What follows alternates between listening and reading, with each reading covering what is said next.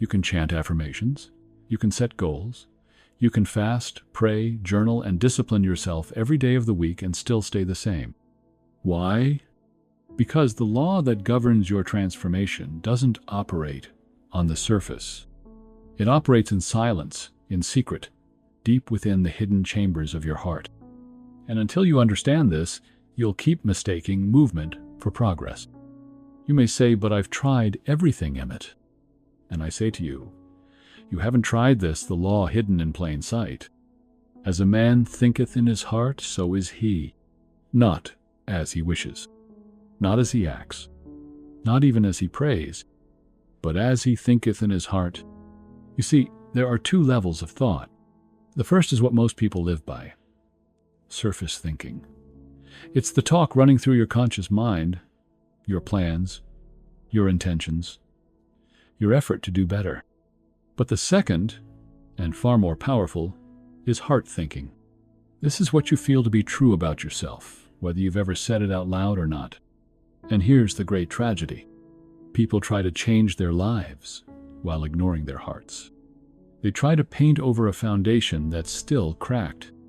They try to reprogram their lives with the same old operating system still running in the background. But the law of being cannot be bypassed. You do not get what you want, you get what you are. And what you are is the total of what you believe emotionally, not intellectually, to be true about yourself, your world, and your place in it. You want financial breakthrough, but your heart still identifies as broke. You want love, but your heart believes it's unworthy. You want freedom, but you still feel like a prisoner on the inside. So, your results loop again and again, not because you're not trying hard enough, but because your inner state hasn't shifted. This is the invisible law that governs all outer change. The world outside is nothing but a mirror of the world inside. And when that internal pattern, your emotional identity, remains unchanged, your life simply echoes it back to you in different forms. You think it's a money issue? It's not. You think it's a time issue? It's not. You think it's a lack of opportunities or the wrong connections? Not even close. It's a heart issue. And until the root is changed, the fruit will always return. That's why Jesus said, "Make the tree good, and the fruit will be good." He wasn't speaking in horticultural terms. He was pointing to the root of transformation. Change the being, and the doing will take care of itself. But most people never get this. They keep trimming the branches, hoping for a different harvest. Now let me ask you, what have you been trying to change externally that's actually rooted internally? What cycle keeps repeating in your life, no matter how hard you try to break it? That's your clue. That's where the law is at work and where it must be rewritten. But to rewrite it, you must first understand what this heart thinking really is. Because if you've misunderstood it, if you've been trying to change your mind without touching your heart, you've been building castles on sand. You have been taught that thinking happens in the mind, that if you can change your thoughts, you can change your life. And that is partially true, but it is not the whole truth. Because what truly creates your reality is not the thought you speak once, it's the thought you feel continuously. The thought that sinks into your emotional center and becomes part of your inner being. As a man thinketh in his heart, so is he. Let that sentence reveal its full power to you. It's not about casual thinking. It's not about mental chatter. It's about emotionalized thought, the belief that's accepted, planted, and nurtured in the soil of your subconscious. That's what heart thinking is. And that's what forms the mold for your life. The heart, spiritually speaking, is the seat of your inner convictions where thought and feeling become one. And once an idea reaches that level, it doesn't just influence you, it becomes you. If you say, "I am confident 1,000 times a day," but still feel inferior in your soul, you are not confident. If you pray for abundance but walk with a sense of lack, no prayer will override that feeling. Because the heart always wins. This is why so many well-meaning people stay stuck. They change their thoughts, but not their emotional responses. They try to act differently, but still feel unworthy, guilty, fearful, ashamed. And what they feel is what they become. You cannot affirm your way out of a heart that has already decided who you are. You must go deeper. Let me illustrate this. A man may look at himself in the mirror and say, "I am strong, I am powerful, I am blessed." But if the memory of failure, rejection, or humiliation still stirs pain within him, if his stomach tightens, if his shoulders tense, if his breathing shortens when he thinks about success, then that heart thought will speak louder than any words ever could. Because emotion is the language of the subconscious. You don't get what you say, you get what you feel repeatedly to be true. And if your dominant emotion is fear, guilt, doubt, or defeat, that is the signal your heart is broadcasting to life. Think of it like a radio tower. Your heart sends out the frequency. Your life tunes into that signal and plays the music accordingly. If you want new music, you must change the station. So the question is not, what am I thinking? The real question is, what am I feeling to be true about myself consistently, deeply, quietly, even when no one's watching? That is the belief that must be transformed. Because until that root belief is upgraded, you will unconsciously sabotage your own growth. You'll find ways to lose what you gain, to resist what you ask for, to stay small even as you dream big. Not because you're weak, but because your identity hasn't caught up with your desire. You cannot live beyond your heart. You may visit a higher self for a moment, but you'll always return home to what your emotions truly believe you deserve. So I ask you now, what do you truly believe you deserve? Not what you say, not what you post. What do you feel to be true about your worth, your future, your place in this world? That is the belief creating your life. And here's the good news. If belief created it, then belief can recreate it. But only if you stop trying harder and start going deeper. Because no amount of willpower can replace the transformation of the heart. In the next chapter, I'll show you why effort alone will never work, and why so many of your best intentions have fallen flat. It is one of the most painful and exhausting patterns in human experience. You try, you fail, you try harder, you fail again. And with every failure, the self-blame grows sharper. Maybe I'm not disciplined enough. Maybe I'm not praying hard enough. Maybe I don't deserve it. But the issue is not your effort. The issue is that effort alone will never override identity. You've been told that hard work pays off, that if you want it bad enough, you'll make it happen. And while discipline is noble, effort without alignment is like rowing a boat upstream. Every inch you gain is eventually lost because the current underneath is flowing the other way. That current is your heart. You see, the heart, that inner emotional blueprint, always pulls you back to what it believes is true. And when your effort contradicts your identity, your energy turns into resistance. You're not just trying to succeed. You're fighting against your own internal belief of who you are. That's why some people can't seem to hold on to love, even when they find it. Why others reach financial goals and lose it all within months. Why some succeed temporarily, but sabotage themselves when they get too far beyond their old self-image. Because effort pushed them forward, but identity pulled them back. Let me say this clearly. The subconscious always wins, because it is effortless. It's the default setting. It is not what you want to be true, it is what you have accepted as true deep within. This is why transformation isn't about trying harder, it's about believing deeper.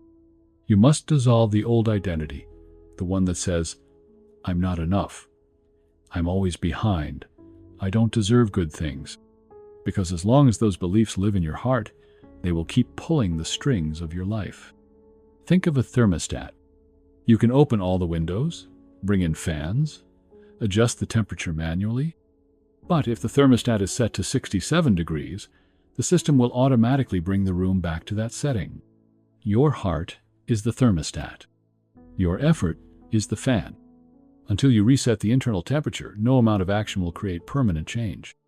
You may be wondering, but isn't effort part of faith? Of course. But real effort flows from belief, not desperation. When the heart is aligned, effort becomes joyful, purposeful, and magnetic. But when the heart is in conflict, effort turns to striving, exhaustion, and burnout. So what do? You stop trying to overpower the heart, and instead, you train it. You re-educate it. You imprint it with new truths. You don't fight the subconscious, you reshape it. And the beauty of spiritual truth is this: the heart can be renewed. That's what Scripture promises. Be transformed by the renewing of your mind. That renewal is not just mental, it is emotional, cellular, spiritual. And the moment the heart receives the new pattern, effort becomes alignment. Discipline becomes devotion. Action becomes a natural extension of who you already believe you are. This is why lasting change feels so different from forced change. Forced change is heavy. You're dragging yourself uphill. But real transformation? It feels like home. You act differently. Not because you're forcing yourself, but because you've become someone new on the inside. Now we arrive at the most essential work: how to rewrite the inner script. Because unless that script is changed, nothing changes. But once it is, everything follows. You now understand. Surface effort cannot override a deep-rooted belief. You've seen how trying harder only leads you back to the starting line if your heart hasn't caught up with your desire. Now the question becomes, how do I rewrite the script that runs my life? Because make no mistake, you are living out a script. It was written long before you were old enough to question it. It was shaped by your family, by the words spoken over you, by the experiences that imprinted themselves on your emotions. You didn't write it consciously, but you agreed to it subconsciously. And until you become aware of it, you'll keep acting it out, no matter how much you try to behave differently. Here's the good news. You can rewrite the script, but it won't be rewritten with force. It will be rewritten with feeling. The heart is not changed by argument. It is changed by impression, by repetition, by emotion, by vivid inner experience. This is why Jesus used parables, why the prophets used imagery. Because the subconscious doesn't respond to logic. It responds to story, to symbol, to sensation. Let me give you something practical. If you want to change a belief, you must impress the opposite truth into your heart until it becomes more real to you than the old lie ever was. If you were told, "You're not enough," then your new truth must become, "I am chosen, I am worthy, I am equipped." And you must not just say it, you must feel it. You must breathe it in, visualize it, meditate on it until it becomes familiar. This is what prayer and meditation are truly for, not begging the heavens but reprogramming the soul. You do not pray to inform God. You pray to transform yourself. You create the new scene in your mind, not as a distant wish, but as a present emotional fact. You feel it. You walk in it. You become it inside. This is what I call scientific prayer. Not a ritual, not a repetition of empty phrases, but a conscious act of impressing spiritual truth into the subconscious through feeling. You speak life into your own heart, and as the feeling becomes dominant, the outer world bends to reflect it. You might say, "But Emmet, I don't believe it yet." That's fine. That's exactly why you must continue. Belief does not come instantly. It is built through saturation. Let me explain. When a sponge is dipped in clean water, it doesn't instantly lose the old filth. But the more it is immersed, the more the clean water takes over. So it is with your heart. You don't try to remove the old lie. You overwhelm it with truth. You override it by repeatedly placing your consciousness in alignment with divine order. You declare what is true in the spirit, and you stay there until your emotions match it. When fear rises, you don't argue with it. You gently return to truth. When doubt speaks, you don't resist it. You return to the new image, the new feeling, the new identity again and again. This is spiritual training. This is inner mastery. This is how kings and queens are formed, not by outer power, but by inward certainty. You must live the new truth internally before it ever shows up externally. And one day, almost without noticing, you will feel the shift. You'll no longer be trying to believe. You'll know. You'll wake up, and the truth will feel natural, obvious, unshakable. And from that moment on, the script will have changed. But don't stop there. Because once the inner world has been transformed, the final step is to live from it, to act, to speak, to expect, as one whose inner reality is already whole. And that, my friend, is what we will uncover in our final chapter. Living from the inside out the way all true masters, prophets, and awakened souls have done for centuries. It is one thing to change your heart quietly in the secret places of your mind and spirit. It is another thing entirely to live from that changed heart every moment of your waking life.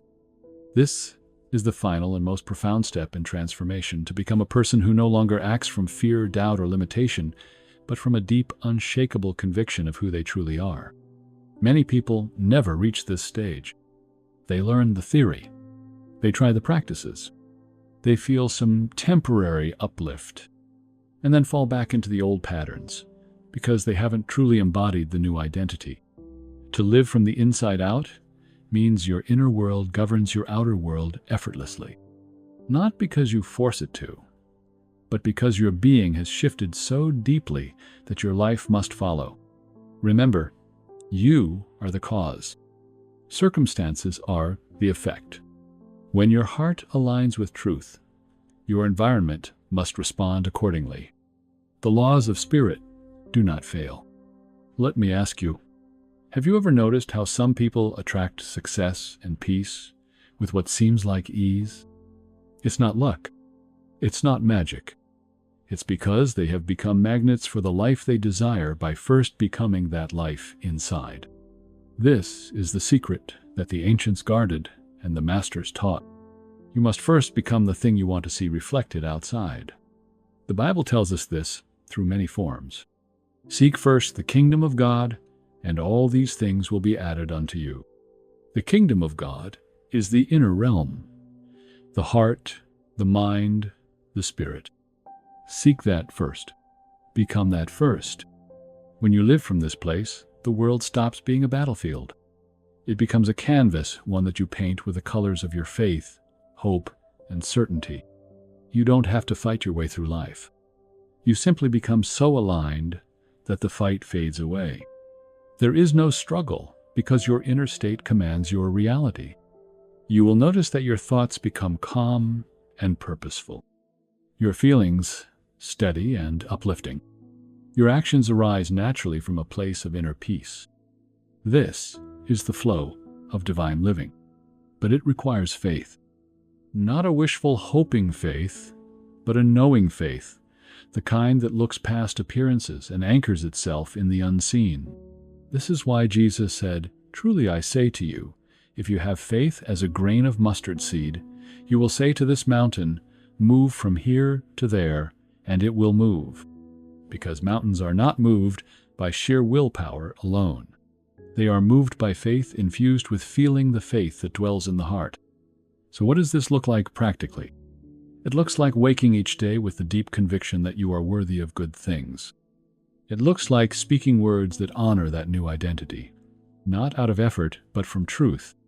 It looks like acting decisively because you already know the outcome is aligned with divine will. And when challenges arise, as they always do, you don't panic or retreat.